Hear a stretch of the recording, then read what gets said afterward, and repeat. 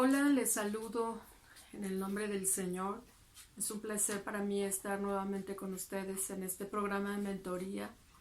Como saben, es un tiempo de reflexión de la palabra sobre temas que necesitamos abordar, que tienen que ver con la formación del liderazgo, con la formación de los ministros, consejos, maneras de afrontar algunas situaciones o problemas. Y en esta noche yo he puesto como título a esta reflexión 3 características para un siervo líder, que le describan, que enfaticen su obra, que den consecuencia al llamado de Dios para su ministerio. Y en esta ocasión vamos a hablar de estos 3 elementos, que son 3 palabras clave: motivación, actitud y conducta. Quizá algunos sinónimos de la palabra motivación tienen que ver con el deseo, el interés, con qué móviles, con qué propósitos, con qué razones o por qué es que tú sirves a Dios. ¿Qué te mueve a servir a Dios? ¿Qué te motiva? Porque hay motivaciones correctas y hay motivaciones incorrectas. Hay motivaciones que pueden agradar a Dios y hay motivaciones que pueden ofender o desagradar a Dios, y tú desempeñar un trabajo arduo, demasiado esforzado, pero en tu lógica, en tus recursos, en tus fuerzas, pero lo más triste sería que todo tu trabajo no agrada realmente a Dios porque la motivación es incorrecta. Dentro de las motivaciones incorrectas podría ser gente sirviendo a Dios por el dinero o por la fama o en busca del reconocimiento o del estatus o buscando prestigio o queriendo servir a Dios para tener un puesto de alto nivel y ser reconocido, o quizá llenarse de conocimientos y sentirse superior a los demás por los conocimientos que tiene. Y entonces los móviles, las intenciones de servicio serían absolutamente incorrectas. Qué triste que todo lo que se hiciera fuera en función de quiero dinero, fama, quiero prestigio, quiero ser reconocido, y toda esta manera de servir fuera tan ofensiva a Dios. Vamos a analizar 3 pasajes que nos hablan de actitudes correctas, de motivaciones adecuadas y de conductas. Entonces, la motivación es el deseo con el que quiero servir. Una motivación incorrecta nos va a llevar a una actitud incorrecta. Entonces, si estamos equivocados en la motivación, la actitud va a ser una actitud de soberbia, una actitud de superioridad, una actitud a veces de desprestigiar y avergonzar el ministerio. Y una actitud incorrecta nos lleva a una conducta ofensiva. A lo mejor no estamos para servir a los demás, sino para servirnos de los demás. Y quizá estamos todavía a tiempo de hacer un autoanálisis y decir, ¿por qué estoy sirviendo a Dios? ¿Cuáles son mis motivaciones? ¿Qué es lo que estoy buscando? El hermano Fuentes decía, hay 3 peligros para el ministro: la búsqueda de la lana, la fama y la dama. La búsqueda del dinero, de la fama, o incluso las relaciones ilícitas que se pudiera ver tentado el mismo ministro o caer en ellas, ¿no? Entonces, vayamos a primera Timoteo capítulo 3, versículos del 1 al 7, y vamos a encontrar algunas características de cómo describe, cómo advierte este pasaje a la formación de los obispos. Y entonces dice que ellos deben de ser irreprensibles, sin tacha, sin ningún elemento en contra de lo que se está desarrollando, irreprensibles, maridos de una sola mujer, sobrio, prudente, decoroso, hospedador. Y fíjense cómo enfatiza apto para enseñar. Entonces se requiere de él buena actitud, buena conducta y dentro de sus habilidades y destrezas que sea apto para enseñar. Porque su función primordial va a ser formar, evangelizar, discipular, moldear la vida de Cristo, el carácter de Cristo en alguien más. Entonces es muy importante que sea apto para enseñar. Por eso en el seminario, si estamos capacitando a obreros, a siervos líderes, a ministros, pues debemos de poner un énfasis especial en que ellos sean misioneros, sean maestros, sean predicadores, pastores, fundadores de iglesias, tengan esta habilidad especial para enseñar. No dado al vino, no pendenciero, no codicioso, de ganancias deshonestas. Se requiere a un ministro, a un líder, a un pastor, que no tenga este amor al dinero, a las ganancias deshonestas, sino, fíjense qué actitudes describe, que sea amable, apacible, gobernado en su carácter, en sus emociones, en sus sentimientos, en su manera de relacionarse con los demás de manera pacífica, apacible, no avaro, que gobierne bien su casa. ¿Qué requisito tan importante le pone a los ministros, a los obispos, a las personas que se van a involucrar en el liderazgo? Que primero sepa gobernar su casa, que sea ejemplo, que sea testimonio, que tenga una buena relación con su esposa, que esté formando hijos que alaben a Dios en sujeción y honestidad. Pues el que no sabe gobernar su propia casa, ¿cómo cuidará de la iglesia de Dios? Que no sea un neófito, que no sea ignorante, que no viva envaneciéndose. Una palabra muy interesante, el envanecerse, el llenarse de vanidad, de soberbia. Y que no caiga en la condenación del diablo. Dice, también es necesario que tenga un buen testimonio con los de afuera. O sea, en casa, pero también con los de afuera, que tenga un buen testimonio para que no caiga en descrédito y para que no sea vulnerable a las estrategias del enemigo. Entonces, este pasaje de 1 de Timoteo, capítulo 3, versículos del 1 al 7, nos enfatiza algunas actitudes que se esperan de este líder, de este ministro. Y luego vayamos a 2 de Timoteo, capítulo 2, estemos leyendo por ahí algunos versículos. 2 de Timoteo dice, Pablo hablando a Timoteo le dice, tú pues, hijo mío, esfuérzate. Si te vas a hacer de un equipo de gente que va a colaborar contigo, si vas a hacer un llamado a soldados que van a trabajar contigo en el sentido de hombres que son testigos del poder de Dios, que sean fieles, que sean idóneos, que sean buenos soldados de Jesucristo. Dice, porque ninguno que milita se enreda en los negocios de la vida. O sea, que tengan muy claras sus prioridades.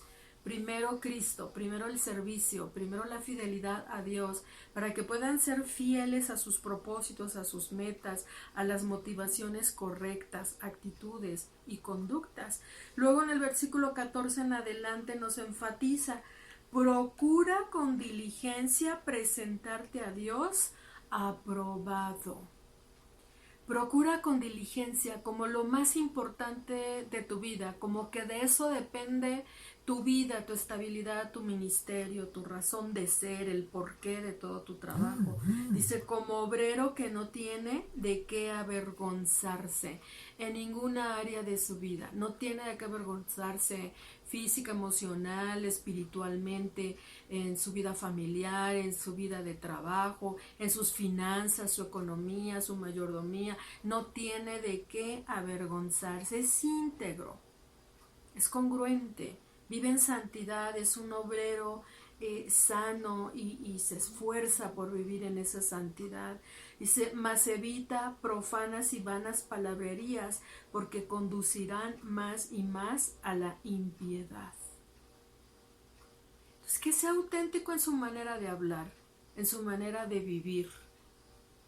Podemos encontrarnos, qué triste que de repente podemos encontrarnos a gente muy motivados para servir, pero con actitudes incorrectas o con conductas inadecuadas, ¿no? Vamos a un tercer pasaje que está ahí en Tito, capítulo 1, versículo 5 en adelante. Nos habla de algunas características más, enfatiza las anteriores, pero nos habla de que esta persona, ancianos, obispos, personas que sirven a Dios y que transmiten el mensaje de las buenas nuevas, el mensaje de salvación, el mensaje de esperanza. Este equipo de liderazgo y de ministros tienen que ser irreprensibles, de una sola mujer, que tenga hijos creyentes, que no estén acusados de disolución ni de rebeldía. O sea, un buen padre, un buen esposo, que mantiene en unidad y que mantiene amando a Dios, a su familia. Dice, porque es necesario que el obispo, y repite enfáticamente, sea irreprensible en cómo trata a su esposa y a sus hijos, cómo los educa y cómo los forma. Un administrador no soberbio, no iracundo, no dado al vino, no pendenciero, no codicioso, de ganancias deshonestas. No está buscando el dinero, pero si tiene recursos económicos que llegan a él, no es deshonesto en el uso de ello. Es hospedador, es amante de lo bueno, sobrio, justo, santo. Me llama mucho la atención la siguiente frase.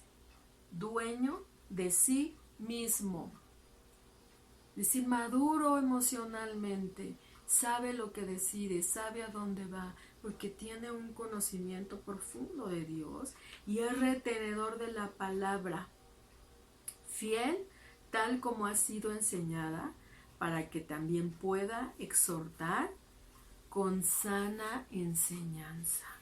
Es decir, puedes enseñar a los demás si tú mismo eres testimonio de vida, testimonio de integridad, y convencer a los que contradicen la palabra. ¿Cómo entonces podremos ser ese buen siervo fiel? Ese buen siervo fiel que se caracteriza por motivación, actitud y conductas adecuadas, ¿no?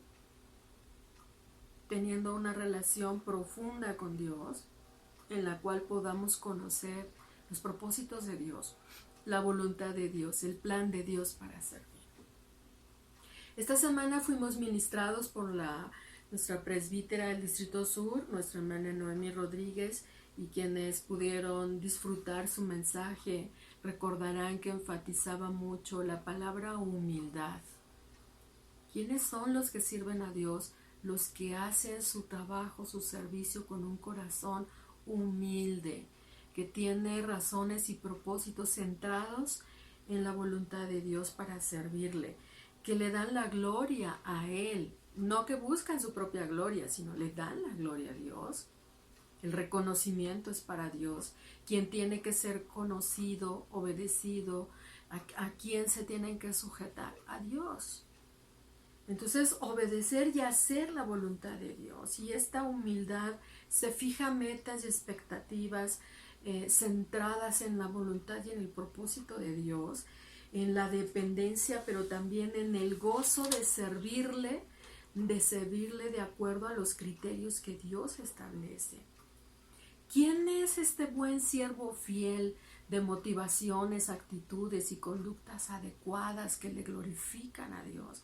El que está en lo íntimo con Él, el que está en lo secreto con Dios y le sirve de todo corazón en una vida de transparencia, no buscando su beneficio propio, sino obedecer lo que Dios le está llamando a hacer, con una actitud correcta en donde considera a los demás como superiores, no al revés, me siento superior a los demás, sino que está en deuda con Dios para servirle, para amarle en un acto de gratitud porque reconoce lo que Jesús hizo por él en la cruz, conoce y vive el mensaje de salvación, el mensaje de esperanza y da su vida para transmitirlo, sirve con amor.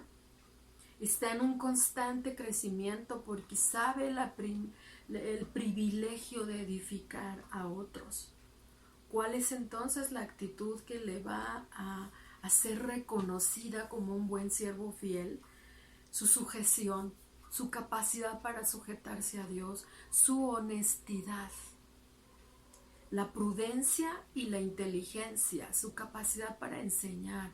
Es estratégico en la enseñanza, es estratégico en formar el carácter de Cristo en la vida de otros.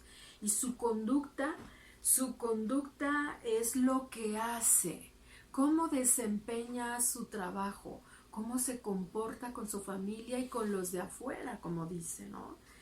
Que dé buen testimonio, que gobierne su casa, que tenga una relación sana, que sea líder y un concepto adecuado de autoridad, porque sabe sujetarse a la autoridad de Dios, puede ministrar a su esposa, a sus hijos con una actitud adecuada de servicio. Así que en esta ocasión quiero preguntarte cuáles son tus motivaciones. ¿Por qué tú estás invirtiendo parte de tu vida, tu esfuerzo, tu dinero, tu tiempo en prepararte? ¿Por qué? ¿Para qué? ¿Por un llamado? ¿Estás consciente de ese llamado? ¿Cuáles son tus móviles? ¿Con qué actitud tú estás desempeñando ese llamado? ¿Con una actitud desinteresada? ¿Con una actitud genuina de servir a Dios? ¿Con humildad, con sencillez? ¿Te estás preparando constantemente las habilidades y destrezas que tu ministerio requiere para servir a los demás? ¿Y cómo se están dando tus conductas? ¿Cómo hablas? ¿Cómo tratas a los demás? ¿Con amor, con prudencia, con respeto? Y lo estás haciendo con unción, guiado por el poder del Espíritu Santo, con un conocimiento profundo de la palabra. Porque quizá este es un momento adecuado para identificar lo que tenemos que cambiar, de tal manera que nuestro servicio también se caracterice por darle la gloria a Dios en todo. Y entonces que podamos ser ese buen siervo y fiel, que podemos servir a Dios de todo corazón y le damos la gloria a Dios.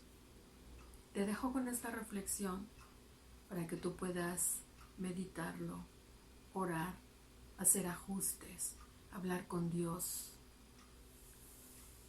y poder sentirte privilegiado en este maravilloso servicio a Dios, pero hacerlo de la manera correcta, como a Él le agrada y como a Él le dará toda la gloria. Entonces llevará fruto en abundancia. Que Dios nos bendiga, que Dios nos ayude a servirle de la manera que Él merece.